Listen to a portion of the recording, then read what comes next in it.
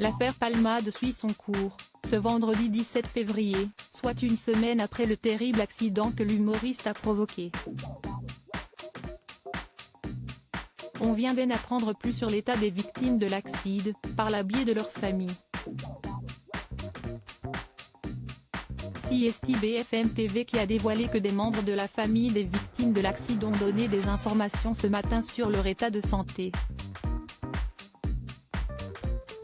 Le père qui conduisait la voiture souffre de multiples fractures, il a son pied gauche très abîmé, il aura beaucoup de mal à remarcher. Son larynx a été enfoncé, il a un pansement autour du cou. Ses organes se trouvaient tous dans la zone des poumons après le crash. Rappelons que celui-ci a déjà été opéré 6 fois, avec une première opération qui a consisté à remettre les organes en place.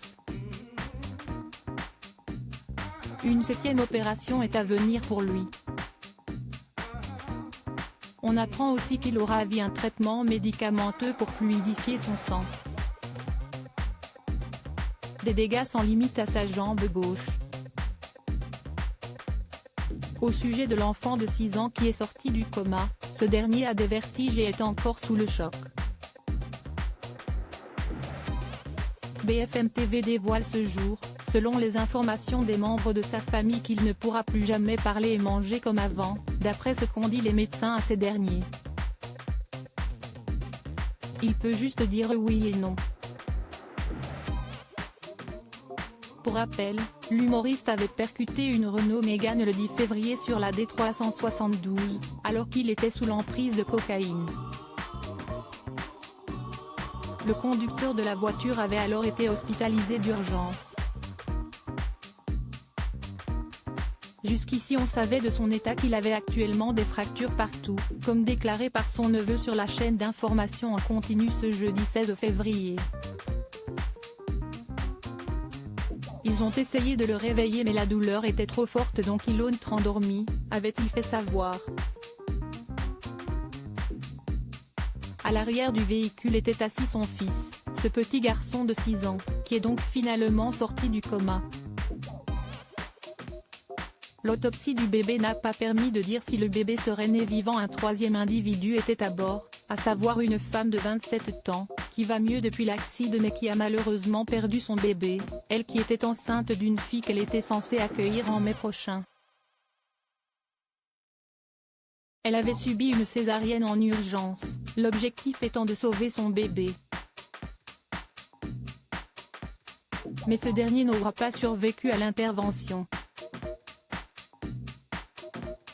Ce vendredi 17 février, on apprend de la chaîne d'information que l'autopsie du bébé n'a pas encore permis de dire si le bébé serait né vivant. Il s'agit d'un point décisif dans l'enquête, qui pourrait voir Pierre Palmade être condamné pour homicide involontaire. Très peu de souvenirs. L'humoriste a été placé en garde à vue mercredi 15 février, avant que celle-ci ne soit prolongée, apprenait-on le lendemain. Il aurait déclaré aux enquêteurs avoir très peu de souvenirs de l'accident.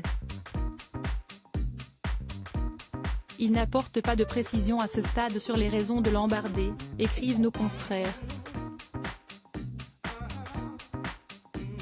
Il a seulement indiqué se souvenir être sorti de chez lui avec les 2 passagers avec qui il faisait la fête, ont révélé nos confrères du Parisien.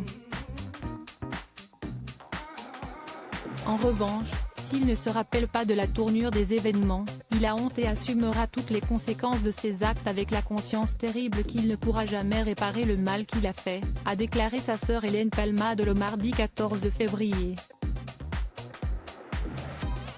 Ce 17 février, le placement en détention provisoire de l'humoriste a été requis par le parquet. Plusieurs circonstances aggravantes ont également été retenues par le juge d'instruction, notamment la conduite sous stupéfiants. Un usage de drogue qui constitue une récidive, comme l'indique le procureur de la République dans un communiqué de presse, puisqu'en 2019, l'ancien compère de Michel Larocque et Muriel Robin avait en effet déjà été condamné à 1 500 € d'amende. En ce qui concerne les deux individus qui étaient à bord du véhicule de Pierre Palmade, ils ont tous les deux été placés en garde à vue, après avoir pris la fuite juste après l'accident, présentés également chez le juge d'instruction ce jour pour mise en examen de non-assistance à personne en danger. Ce serait un contrôle judiciaire qui devrait être ordonné pour les deux passagers.